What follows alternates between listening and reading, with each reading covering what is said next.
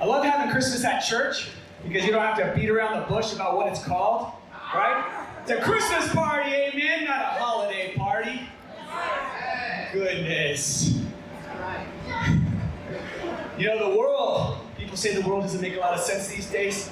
I'm so happy that the Christmas spirit is here, that the holiday is here, because I believe the world needs it now more than ever. Am I right? Amen. Goodness. Kids are being introduced to things they don't need to be introduced to. Adults are not being introduced to things that they do need to be introduced to. And comedians are performing in churches. What is the world coming to? The world doesn't make any sense. It's too hard to understand.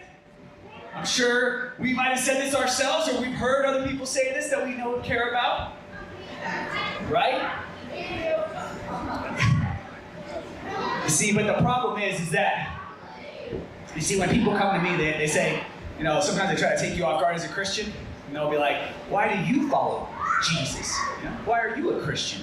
But I like to hit them with another question right back at them. So I'll say something like this. They'll say, you know, why are you a Christian? And I'll say, have you ever heard of IKEA furniture before? And it kind of takes people off guard, right? They're like, hey, I'm trying to get serious. Like, no, like, hey, bear with me here, all right? Because before I was a Christian, I was like a man who goes to IKEA and buys this complicated adult erector set, and I bring it home and I look at it, and although there's an instruction manual right there, it's right there, I could open it up, and it would make things so much easier for me. But instead, I'm stubborn, and I'm like, no, I'm a man. I got this. I can put this thing together. Man, come on. Hey, man, who's done that same thing before? If you haven't picked up what I'm doing here is I'm trying to use a metaphor. IKEA is a metaphor for life, and the instructions are the Bible that we have. Amen, amen. But I really empathize with people that don't have God in their lives. Because where do they go for advice? Where do they go when they need guidance? 9 times out of 10, celebrities. That's where they go. But it doesn't make sense because celebrities have marketing teams and managers and agents and PR teams, all the people waiting in the wings just to sweep up the mess right behind them. Even if it doesn't make any sense, right? And we wonder why the world doesn't make any sense. You do that, right? You do that about a few hundred times over a few decades and it really doesn't make any sense. All right, the point I'm trying to hammer home to you guys is that God doesn't give with both hands. He doesn't, right? You guys are familiar with LeBron James? LeBron James, very great NBA player. I don't know if there's a person on this earth that God has gifted more with the ability not only physically to dominate the game of basketball, but the mind and IQ to dominate as well, right? Bar none, you can't argue it.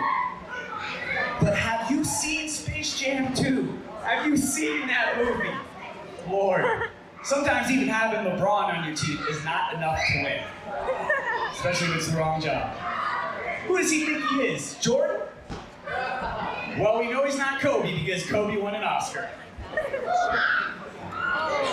So listen, if you or someone that you know and love is propping some celebrity up on a pedestal, telling you that their opinion is so legit, please think of this bit.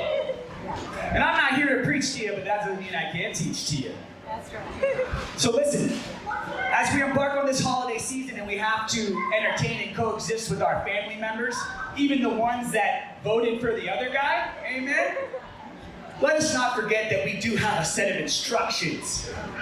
So before we dismiss, I'll leave you with this and a Merry Christmas. The Bible is to Christians as preparation H is to hemorrhoids. If you don't apply it daily, then not only will your problems not go away, but most likely they're going to get bigger and more irritating by the day.